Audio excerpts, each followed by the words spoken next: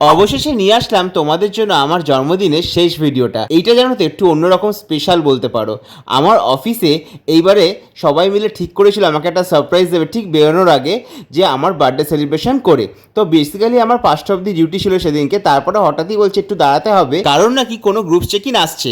তো আমার মনে একটু খটকা লাগলেও ভেতরে গিয়ে তো আমার সমস্ত মনের সংশয় 1 সেকেন্ডের মধ্যে কিন্তু দূর হয়ে গেল।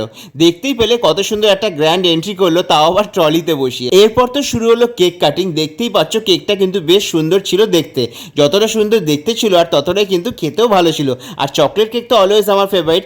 কেক কাটিং করার পর আমি প্রথম কিন্তু এই দুটো মানুষকেই খাওয়ালাম, কারণ আমি জানি আমার এই জন্মদিন সেলিব্রেশন করার পেছনে সমস্ত বন্ধু বান্ধবদের অবদান থাকলেও এই দুটো মানুষের কিন্তু অবদান সব থেকে বেশি। এরা কিন্তু আমার কাছে শুধু ম্যানেজার নয়, এরা আমার কাছে লাইক আর দাদা দিদি, কারণ কাজের দুনিয়ায় সব থেকে বেশি গাইড কিন্তু আমাকে এরা দুজনাই করে। অলরেডি দেখতেই পাচ্ছ কেক মেখে পুরো ভূত হয়ে গেছি। আবার দেখা হচ্ছে পরের ভিডিওতে।